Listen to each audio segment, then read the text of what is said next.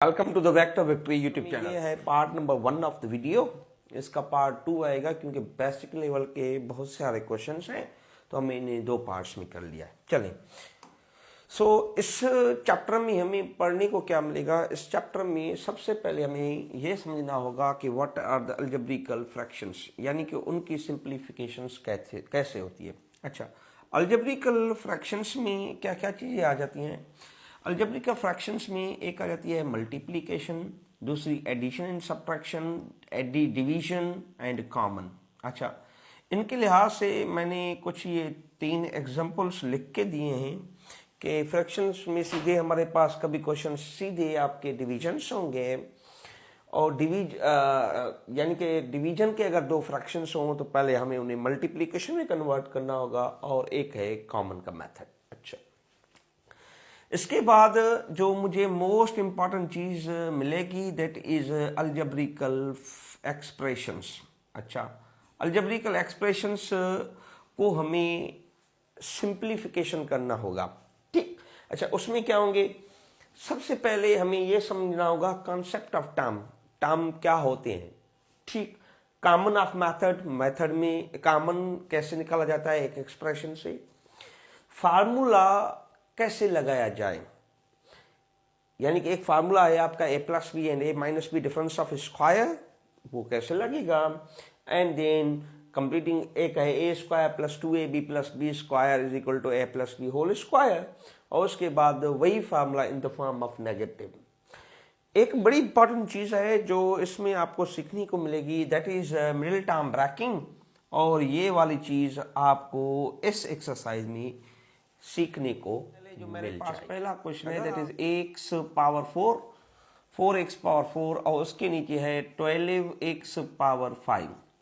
अच्छा जी, मैं इसे सिंप्लीफाई कर देता हूं।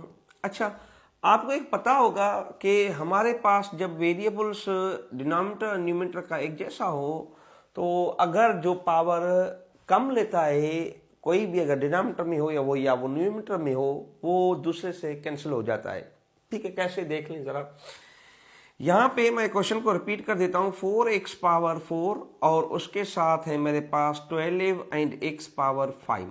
अच्छा देखिए, 4 का टेबल सिंपली 3 मरतबा इससे लगेगा, और 4 मरतबा ये x जब 5 में से जाएगी तो 1 रह जाएगा, ऊपर मेरे पास रह जाएगा तो ऐसा 3x पावर 1, और ये इस पहले a का रिजल्ट हो जाएगा। सिमिलरली मेरे पास इसका b पार्ट है जो इसी तरह से है, कहता है कि b इज इक्वल्स टू 16। अच्छा, a ओवर 3 एंड b के ऊपर पावर 4 है आपका, डिवाइडेड बाय 24, a के ऊपर 5 और b का स्क्वायर है, ठीक। यहां पे देखें तो हमें ये थोड़ा देखना होगा कि इन दोनों नंबर्स पे कौन सा टेबल जा रहा है, इन दोनों नंबर पे कौन सा टेबल। 8 का टेबल ऊपर जब लगाएंगे तो that would be 2 time working, और नीचे जब आप लगाएंगे दैट इज वर्किंग 3 टाइम, 8 3 24। अच्छा, ये 3 मरतबा 5 है तो ऊपर कुछ नहीं रहा, यहां नीचे 2 रह जाएगा, तो we will write a power 2, और b 2 मरतबा नीचे है, 4 मरतबा ऊपर है, तो ऊपर फकत हमारे पास 2 मरतबा रह जाएगा, और ये इसका रिजल्ट हो जाएगा। इसी तरीके से अगर हम c वाले पार्ट को देखते हैं तो वो है 23 और उसके साथ q के ऊपर पावर 3 एंड r बाय 69, और q r के ऊपर 3 और उसके साथ मेरे पास s भी है। अच्छा, इससे सिंप्लीफाई करते वक्त आप थोड़ा ध्यान करें कि 23 का टेबल अगर आप 69 पे लगाएं तो ये ऊपर वाला टेबल नीचे 3 टाइम जाएगा। अच्छा, एक q जब इससे जाएगा तो 2 रह जाएंगे, तो q पावर 2 रहेंगे, और एक r जब इससे जाएगा तो यहां पर 2 रह जाएंगे, तो r स्क्वायर विथ s, तो ये इस चीज का रिजल्ट हो जाएगा। This is part number C. अच्छा,